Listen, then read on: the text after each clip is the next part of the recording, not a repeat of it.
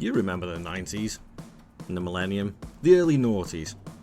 There was Oasis, Blur, Britpop, and Tranmere. A club that was formed in 1884, they've always been a club that hasn't fulfilled their potential, constantly living in the shadow of the Merseyside rivals of Liverpool and Everton, fluctuating between the National League and League One, where at current time of recording they are actually sat 23rd in League Two and in serious trouble. They never built on the cup run successes of the late 90s and early noughties brought in by John Aldridge and co, their best result being the League Cup final loss in 2000 to Leicester. This club is ready for the ultimate rebuild, so welcome and join me in this new Let's Play series and give Merseyside a third footballing superpower. How's it going, guys? Welcome back to the channel and welcome back to the brand new save.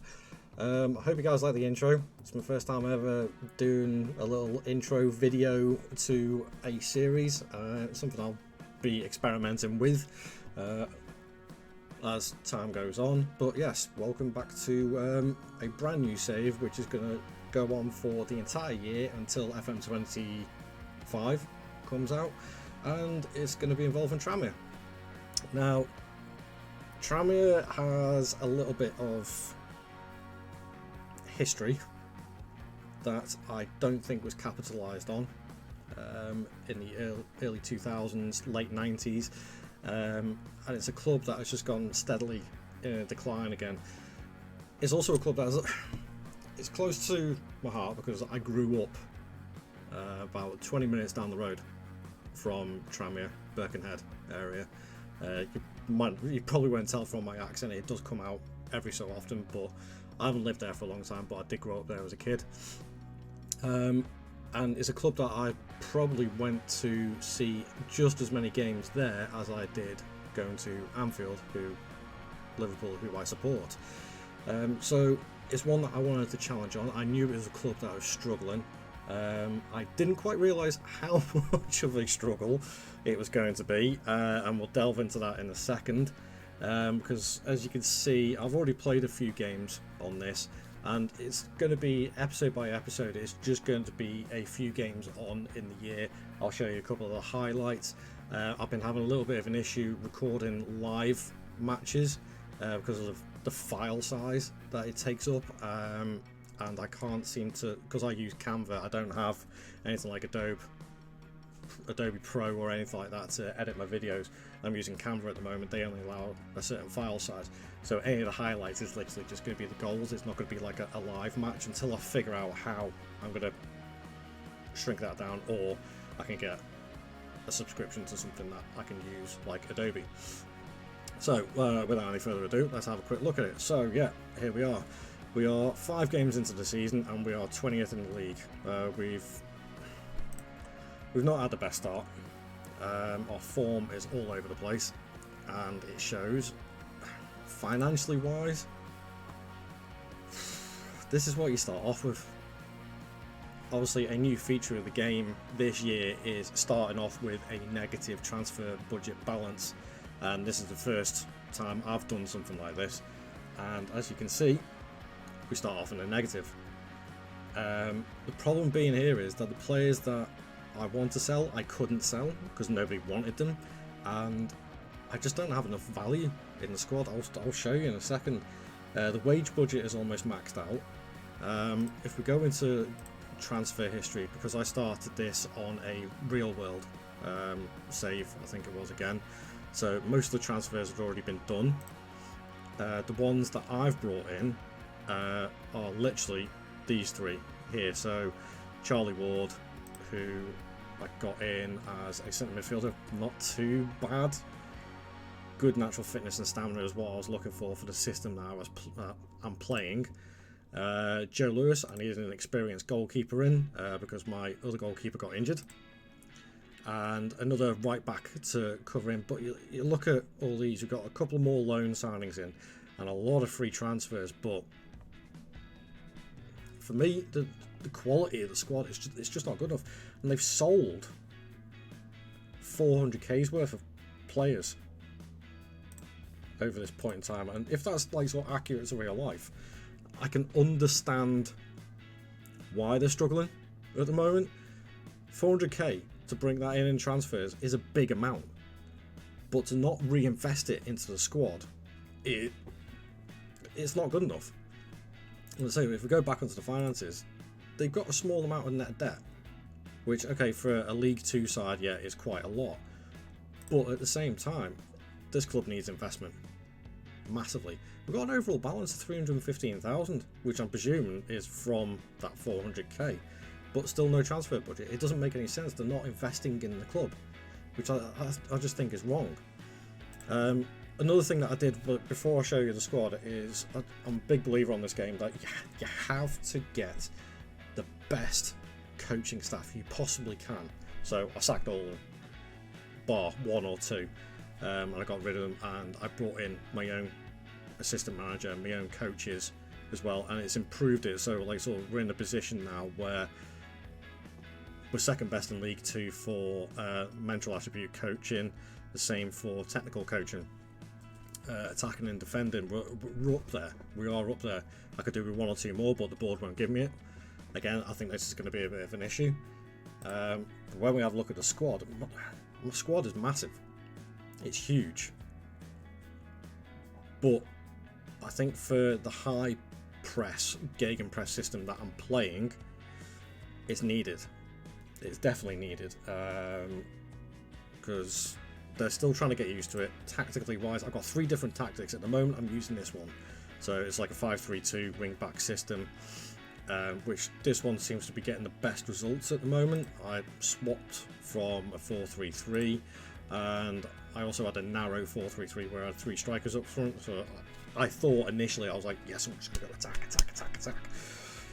Yes, I haven't got the quality of players to do that, and I got annihilated in the first couple of games. So I swapped over to this, a little bit more defensive, but still using that mentality of, in fact, I need to put that on positive, mentality of like sort of positive gegenpressing, where I think, actually, I'm going to, can that move? Oh, that's on high press.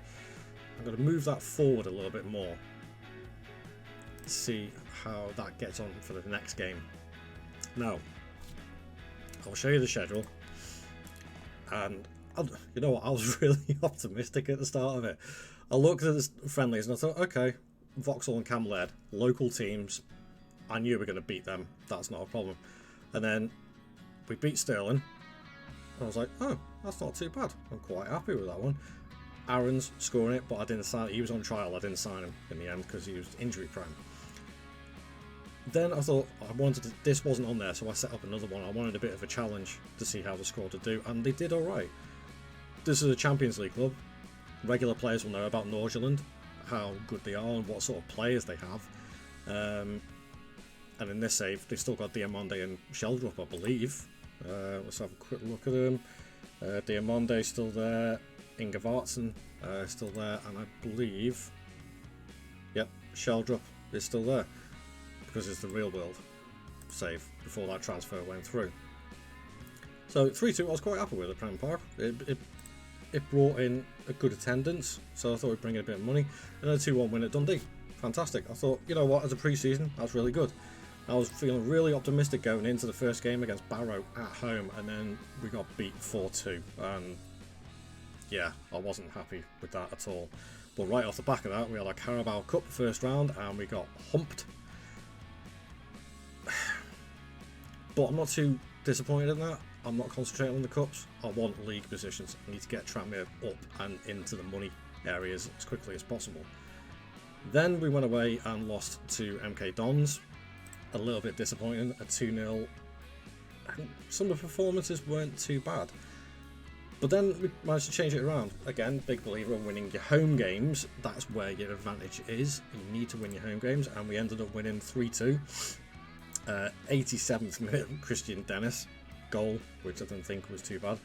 But I do have to show you this goal. This is a great goal if I can get onto it. Click on that. Watch goals. Right. Go on. Alright, here we go. Generate match report. Apologies for the delay. There we go. Right, pause that. I'm going to slow that down a little bit, because this is a cracking goal by Bellahuin. Knocks it. He's a centre back, mind you, and he just cracked it in off the bar. I mean, what a beauty of a goal that was.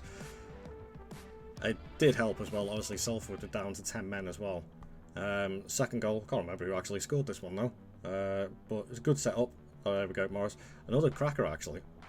Left footed, straight in. So yeah, that was a good result. I was quite happy with that. And then we went through that advantage away against Notts County, who seemed to be the tough team of the league, seeing as they came up from the National League. And also, next game, Wrexham, which I am ready to move on to. So what I'm going to do is I'm going to play this game, then I'll show you the result at the end of it, and we'll take it from there and see what happens. So I'll see you guys in a few minutes.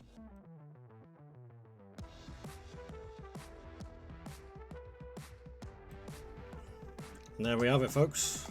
A 1-1 draw. A height of excitement.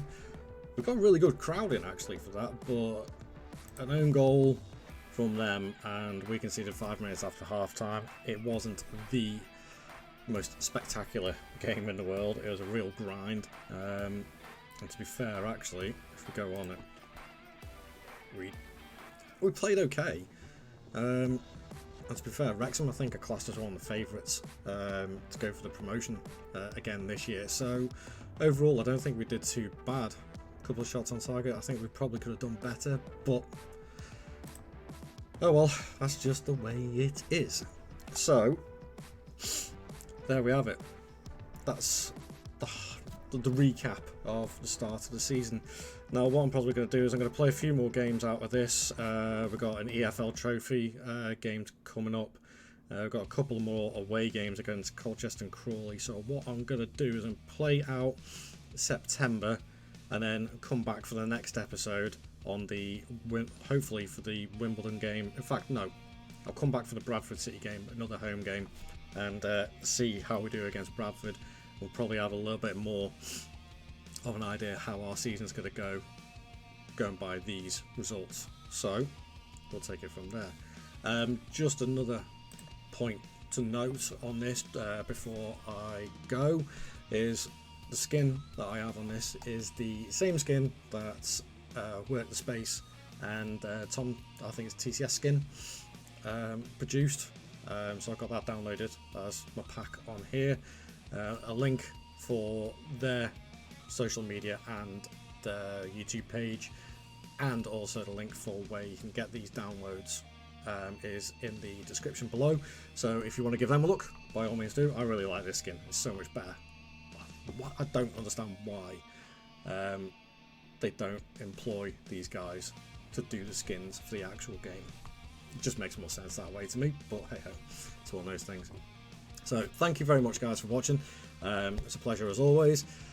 Please leave a like on the video, subscribe to the channel, as it really help, and share it around please.